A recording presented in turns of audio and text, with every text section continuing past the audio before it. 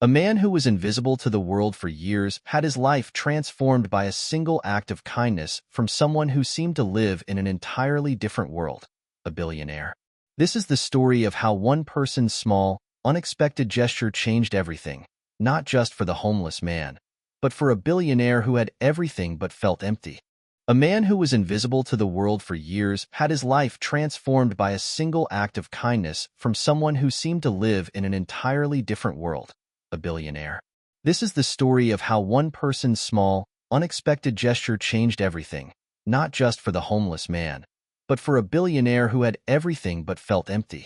John's days blended into one another, a never-ending cycle of survival, loneliness, and quiet despair. The mornings were the hardest, the cold seeping through his thin jacket, his bones aching from sleeping on the concrete. The sun, when it came, was weak and indifferent.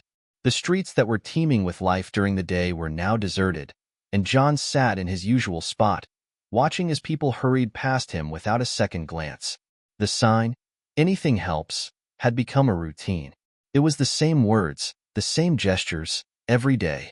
He would sit with his legs pulled up, his head low, trying to make himself as small as possible, hoping someone might throw a few coins his way. But most just walked by, too busy with their own lives to notice the man who had nothing. Some looked at him, their eyes fleeting over his face before quickly shifting away, as though acknowledging him for even a moment was too much to bear. John had grown accustomed to the indifference. It had been years since he had felt anything more than the cold sting of rejection. The world had forgotten him, and he had learned to accept it. Every person who passed him seemed to confirm that he didn't matter. Occasionally, someone would drop $1 or a few coins into his cup. But those moments were rare, fleeting. A woman with a kind smile might glance at him and offer a few words, but they were usually the same, "Good luck." Sometimes a child would wave, but that was it. He was invisible to everyone else. But for John, even the smallest gesture meant something. It was a reminder that, just for a moment, he had been seen. The streets were unforgiving. The winters were colder than most people could imagine. Nights were spent huddled in alleyways or beneath bridges, hoping that the rain didn't fall too hard and that he could find a dry patch of ground to sleep on. But there were no guarantees. There were only the hard truths of survival. No home, no warmth, and no hope of escape. As the hours stretched on, John watched the world move past him. People entered stores, laughing with friends, chatting on phones, rushing to meetings. They lived lives he had once known, a time when he had a job, a family, a purpose. He used to have a place in the world. But now? Now, he was nothing more than a shadow, lost in the crowd. And yet, despite everything, there was still a part of him that held on. A small, fragile belief that things could get better. That maybe, just maybe, there was something more to life than this. He wasn't sure how it would happen or when, but John refused to let go of that tiny hope. It was all he had left. Ethan sat in his high-rise office, staring out at the sprawling city below. The view was breathtaking. Miles of glass and steel, the heart of the city bustling with life. He had built this empire. He had worked his way to the top, to a place where most would never reach. His name was known across the world, his wealth limitless. He had everything a man could want: success, recognition, power, luxury. But somehow, none of it filled the emptiness that had begun to settle in his chest. His desk, cluttered with papers and gadgets, seemed more like a prison than a place of accomplishment. Ethan had everything at his fingertips, endless resources, a world at his command. And yet, despite all of it, he felt restless, hollow. The latest business deal had been signed, the latest acquisition completed, but none of it mattered. The thrill of success had faded long ago, and now, all he felt was a deep, unshakable sense of dissatisfaction. He glanced at the clock, his thoughts drifting to the evening ahead. Another night of meetings, followed by drinks with business partners, followed by more paperwork. Another cycle, another day. He had become numb to it all, to the point where the success that once had felt so sweet now tasted like ash in his mouth. As Ethan's eyes wandered to the window again, the city below seemed to mirror his internal state. A beautiful but chaotic place where people rushed about, unaware of their surroundings, caught up in the constant chase for more. More money, more fame, more power. But what was the point of it all? He had the money, he had the recognition, but it was never enough. And so, as the city continued to bustle below, Ethan found himself alone, wondering what had gone wrong. What was he missing? Ethan had driven past the same street corner countless times before, but today, something felt different. The car slowed as it approached the usual intersection, and for the first time in what felt like years, Ethan glanced out the window. The rush of the city seemed distant as his eyes locked with the figure sitting at the sidewalk's edge. John sat, hunched over, his cardboard sign outstretched in front of him. His clothes were tattered, his hands shaking slightly in the cold air. Ethan could see the exhaustion in his eyes, a look that spoke of years spent in the shadows, ignored by the world. And yet, there was something about John, something in his gaze, that stopped Ethan in his tracks. The brief moment of eye contact was enough to make Ethan's heart flutter unexpectedly. It wasn't pity that he felt, but a deep, unsettling empathy that caught him off guard. As the car continued moving, Ethan felt a strange pull. He hadn't meant to focus on the man sitting on the street corner, but there was something there, something that stirred a memory from his own past. His thoughts were interrupted by the driver's voice, but it wasn't enough to pull him away from the image of the homeless man. Ethan stared out the window, silently observing as the world continued on around him, but he couldn't shake the feeling that John's presence had affected him more than he cared to admit. Why had that moment felt so important? Ethan wondered, his mind racing as the car drove further down the road. There was something almost familiar about John. Maybe it was the way his eyes seemed to carry the weight of forgotten dreams, or the way he looked at the world as if it had turned its back on him. Ethan's mind continued to drift back to that single glance, to the strange connection that seemed to exist for just an instant. The rest of the day passed uneventfully, but that brief encounter lingered in Ethan's mind. He couldn't stop thinking about John, about the sadness in his eyes, and the way he had seemed to stand apart from the rest of the city, as though he no longer belonged in it. Ethan thought about the life he had built for himself, the wealth, the luxury, the power, and for the first time in a long while, he felt a nagging sense of guilt. Why had he never cared before? There were thousands like John in this city, people who had fallen through the cracks, left to fend for themselves in a world that did not seem to care. But something about John was different. Ethan wasn't sure if it was the desperation in his gaze or the striking contrast to his own life, but something tugged at him. He could ignore it, or he could act. As he sat in his office later that evening, staring out at the glowing cityscape, Ethan made a decision. It wasn't enough to feel sympathy. It wasn't enough to be moved by a moment of fleeting emotion. He had the resources, the power to change things, even if only for one person. He knew it wouldn't be easy, but perhaps that was the point. Ethan stood up and walked toward the door, the weight of his decision settling in. He was going to find that man, and he was going to offer him something more than just money. He would offer him a chance, a real chance. The next morning, Ethan couldn't shake the feeling that had settled within him the previous day. The thought of John, the homeless man with the eyes full of quiet desperation, kept resurfacing in his mind, no matter what he did. He had tried to focus on his meetings, on the pressing demands of his businesses, but everything felt unimportant compared to the question that loomed in the back of his mind. Why had he been so moved by a stranger? Ethan had the world at his fingertips. He could buy anything, do anything. But the more he thought about it, the more he realized that none of his accomplishments, none of his wealth or success, had brought him fulfillment. The relentless pursuit of more had left him empty. He was missing something, and that something was an understanding he had yet to grasp. Perhaps helping someone who had nothing, someone who needed a chance, would give him the purpose he had been searching for. Ethan instructed his driver to take the same route he had taken the day before, toward the corner where John had sat. As the car slowed and turned onto the street, Ethan felt a knot tighten in his chest. He wasn't sure what he was expecting, but there was something about this moment that felt different from anything he had ever done. The world outside his car seemed to blur into the background, and his thoughts focused solely on finding John. The car stopped at the curb, and Ethan stepped out onto the sidewalk. His heart raced as he looked around, searching for the familiar figure he had seen the day before.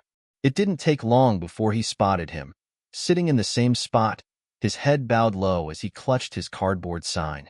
His clothes were as ragged as ever, his face a mask of weariness and resignation. But this time, something was different. This time, someone had come for him. John looked up, startled, as Ethan approached. He had never seen a man dressed so finely, someone with such an air of wealth and importance walking toward him. His first instinct was to look away, unsure of what to expect. But Ethan's voice, calm and steady, cut through the quiet. "Hello," Ethan said softly. "My name is Ethan." John's eyes narrowed slightly, unsure of what this man wanted. He had been approached by many people before. Some had given him money, some had ignored him completely, and a rare few had tried to offer words of encouragement. But none had ever looked at him the way Ethan was now. There was no pity, no judgment in his gaze, only a quiet understanding. John didn't know what to say. His mind raced as he tried to process the situation. He had grown accustomed to being ignored or avoided by everyone around him. People passed him by without a second thought, like he didn't exist. But now, here was a man standing before him, addressing him like a human being. "I know you probably don't trust me," Ethan continued, his voice gentle but firm, "but I want to help you. I can offer you more than just a few coins. I can offer you a chance to get back on your feet, a job, a place to stay, a fresh start. You don't have to live like this anymore." John's heart pounded in his chest. He stared at Ethan, unsure whether this was real or just some kind of cruel joke. How could someone like Ethan, someone with so much power and wealth, be offering him a chance at a new life? Was he being manipulated? Was this some kind of trick? "I know it sounds too good to be true," Ethan said, sensing John's hesitation, "but I mean it. I have resources, and I want to give you the chance you deserve. A job, a home, dignity. All you have to do is trust me and take that first step." For a long moment, there was only silence. John didn't know how to respond. Could he trust this man? Could he believe that someone who had everything could care enough to help him, someone who had nothing? Ethan's offer wasn't just about money. It was a lifeline. It was a chance for John to break free from the invisible chains that had kept him bound to the streets. But John was not sure he was ready. After years of surviving on his own, of battling every day just to stay alive, he didn't know how to accept help. And deep down, he was afraid. Afraid of what it would mean if this offer turned out to be empty. "I don't know if I can do this," John said, his voice barely above a whisper. "I've been on these streets for so long. I don't know how to live any other way." Ethan didn't back down. He stepped closer, his gaze unwavering. "I can help you learn. You won't be alone in this. But you have to take that first step. You have to believe that you deserve better than this."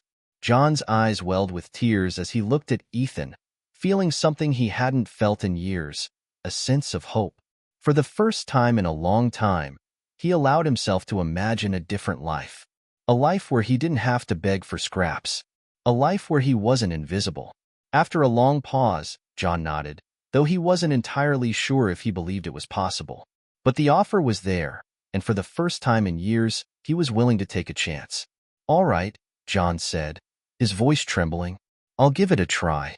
The following days felt like a blur to John, a whirlwind of change that he wasn't entirely sure he was ready for. The moment he had agreed to accept Ethan's offer, a strange mix of emotions had overwhelmed him.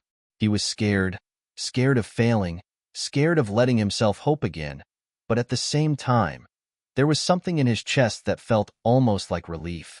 For the first time in years, he felt as though he had a reason to keep going. Ethan had arranged everything for John, a small but clean apartment in a quiet neighborhood, just far enough from the busy streets where he had spent so many years. He would be staying there while he worked to get his life back on track. But as John walked into the apartment for the first time, the reality of it hit him. It was unfamiliar, almost too good to be true. The warmth of the place, the smell of fresh paint, and the soft lighting all felt like a dream. For a long moment, John stood frozen in the doorway. He ran his hands over the furniture, the couch, the small kitchen table. It all seemed so simple, so ordinary. Yet, for him, it was nothing short of miraculous. The floor was clean, the walls freshly painted, and there was a soft comfort to the place he hadn't known in years. He slowly walked into the living room, touching the couch, sitting down, and just being. For the first time in a long while, he felt a sense of peace. The tension in his shoulders eased as he sat, a little unsure of what to do next. He had forgotten what it felt like to be at ease. The world outside seemed so far away now, like a different life entirely. Ethan had given him everything. A job at one of his company's smaller ventures, a place to live, and most importantly, a chance to rediscover his dignity. But even with all this, John felt a deep sense of doubt that lingered in the back of his mind. Could he really make it? Could he truly leave the streets behind? His first day at work was awkward. He wasn't used to the structured environment, the professional language, or even the idea of having a regular job. The desk in front of him felt foreign, like a place he didn't belong. He had been on the streets for so long that this world, this reality, seemed alien. His hands trembled slightly as he typed on the computer, trying to catch up with the pace of the office, all the while feeling like everyone around him could see how out of place he was. He was just an imposter, a man who had no business being in a job like this. During lunch, he sat alone in the small break room, unsure of where to sit or who to talk to. The other employees seemed absorbed in their own conversations, laughing and chatting as if everything in the world was right. Meanwhile, John felt like he was living in a dream, unsure if he could really be part of this world. Could someone like him, someone who had lived on the streets for so long, ever truly fit in here? Ethan checked in on him that day, just as he had promised. He stopped by his desk for a quick conversation, asking how he was settling in, offering encouragement. Ethan didn't offer empty words. He simply listened, gave a few pointers, and made sure John knew that he had someone to rely on. It wasn't the grand gestures that mattered. It was the consistent presence of someone who believed in him. As the days passed, John began to get the hang of his new job. Slowly, he learned to navigate the office, speak up during meetings, and interact with the other employees. They were friendly, though John still found it difficult to trust them fully. There was always a part of him that feared this would all come crashing down. That one wrong move, one mistake, would cause him to lose it all. But despite the self-doubt, John pressed on. He pushed through the awkwardness, the fear, and the discomfort. Each day felt like a small victory, a victory that proved he could still make something of himself. As he got to know his colleagues, he realized that they weren't all that different from him. They had their own struggles, their own insecurities. To the days when he felt invisible, forgotten, and hopeless. He had come so far in such a short time. Despite the progress he had made, John couldn't escape the gnawing fear that lingered deep within him. Every day, as he walked into his office, sat at his desk, and typed out reports, a small voice inside his head reminded him of where he had come from, of the years spent on the streets, of the life he had lost. No matter how hard he tried, there was always that sense of not truly belonging. The others in the office were polished and confident, carrying themselves with ease as if they had been born into this world. They didn't know the reality of what it felt like to be invisible, to have nothing. They had never felt the sting of rejection the way John had. During one particularly difficult day, John struggled to complete a report that he knew he was supposed to have finished by the deadline. His mind raced as he tried to focus, but the overwhelming feeling of inadequacy kept creeping in. What if he couldn't do this? What if he wasn't cut out for this new life? He stared at the blinking cursor on the screen, willing the words to come, but they never did. The silence of the office around him grew deafening, and in that moment, he felt a deep sense of isolation. John excused himself and went for a walk during lunch, stepping outside the building to clear his head. The streets were bustling with people, yet he felt a deep disconnect. As he walked aimlessly, he found himself near the corner where he had once sat with his cardboard sign. The memories of those days came flooding back. Long nights spent in alleys, the hunger, the cold, and the hopelessness that had once ruled his life.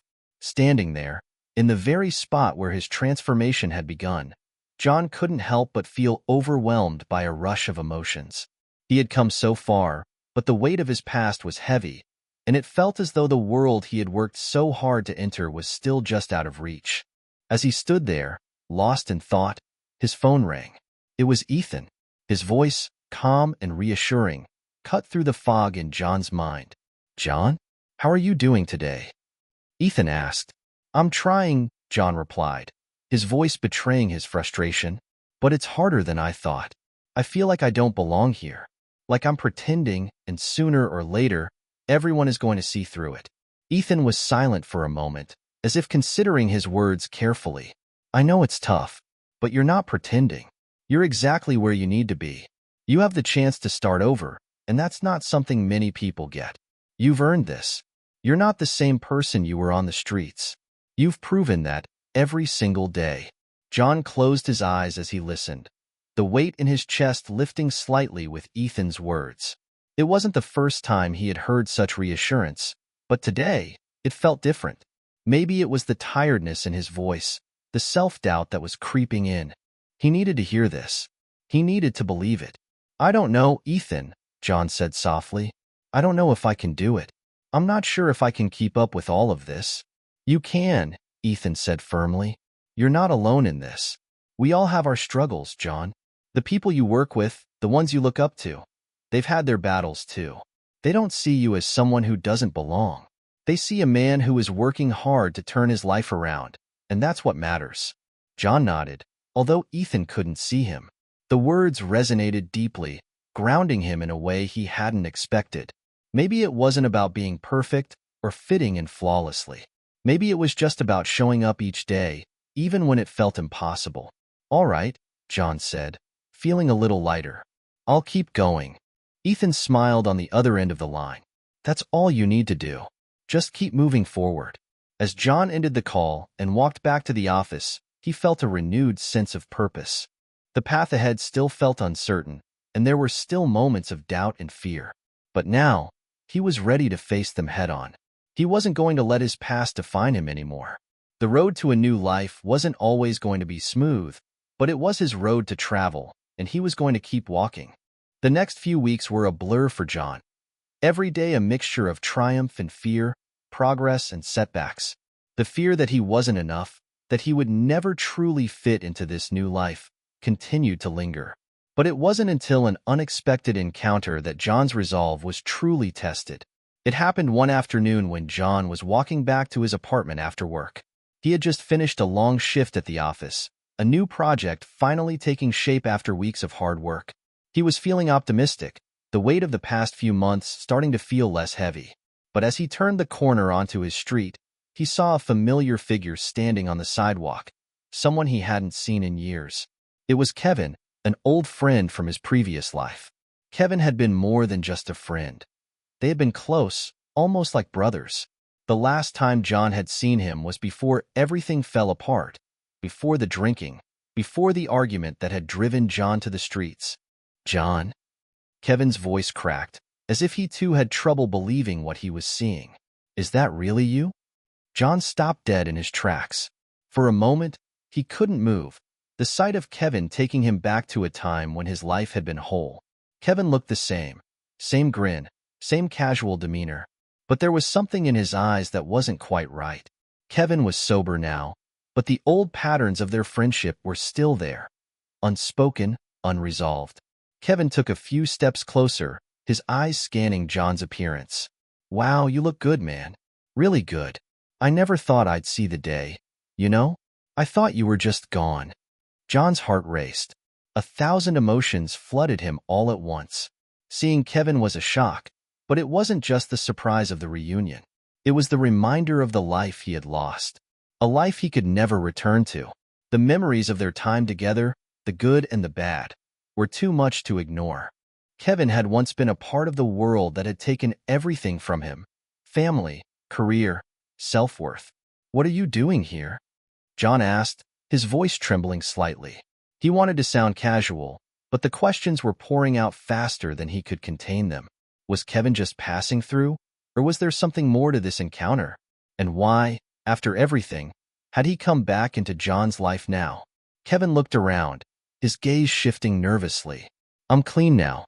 I've been sober for a while. I'm trying to get my life back together too, you know? And I heard about what happened to you, man. I didn't even know you were still alive. I thought you'd given up." John swallowed hard, feeling a lump form in his throat. The memories of his old life, his job, his apartment, his dignity, came flooding back in an overwhelming wave. Kevin had always been there, part of the life that now felt like a distant memory. The life John could never return to. The world he had left behind. "I didn't give up," John said, his voice steady but his heart heavy. I had to start over. Things got bad. Really bad. And I couldn't keep pretending that everything was fine." Kevin nodded, his expression softening. "I get it. Believe me, I do. But we can always find a way back, right? You know, I've got some connections. Maybe I can help you. You could come back with me. We could start fresh together." The words hit John like a ton of bricks. Back to the streets? Back to the life he had fought so hard to leave behind? He could feel the pull of the old world, the temptation to return to something familiar, even if it was broken. For a moment, John almost believed it. The past, the comfort of the old life, the people who had known him. Could he really build something new, or would he always be bound by the chains of his old self? "I don't want to go back, Kevin," John said firmly, shaking his head. "I can't. I'm trying to build something different. I've got a job now, a place to stay.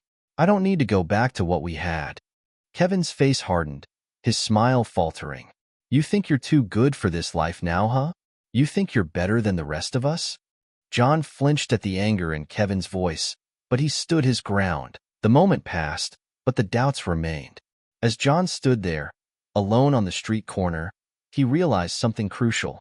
He had a choice. He could go back to the comfort of the past, to the familiarity of the streets and the world that had once been his. Or he could keep going, keep pushing forward, even when it seemed impossible. The decision was his to make. And for the first time in years, John knew what he had to do. The days following his encounter with Kevin were difficult for John. He couldn't shake the feeling of temptation that had threatened to pull him back into the life he had left behind. The conversation with Kevin had stirred something deep within him, a fear, a longing, a pull toward the past. But as John returned to his apartment that evening, he reminded himself why he had made this choice. The apartment, small as it was, had become his sanctuary, a place where he could rebuild his life, piece by piece. As he entered and set his bag down, he caught sight of the photo on the desk, a picture of him and his family from years ago, before everything had gone wrong. For the first time in a long time, he looked at it without pain. The faces in the photo, his family, were memories he would never forget, but they didn't define him anymore.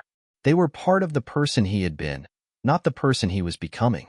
He took a deep breath, his reflection steady in the mirror as he faced the man he had become. The man who had risen from the streets, from despair, from nothing. There was still a long way to go, but he was no longer that lost soul begging for change on a street corner.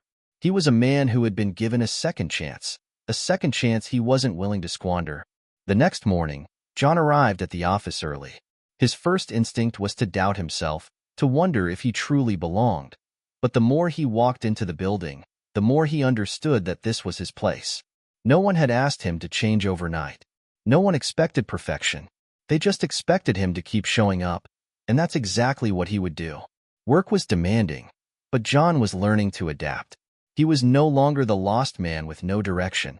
He was someone with purpose. His colleagues had started to notice the change, commenting on his new confidence, the way he had embraced the job and the challenges that came with it.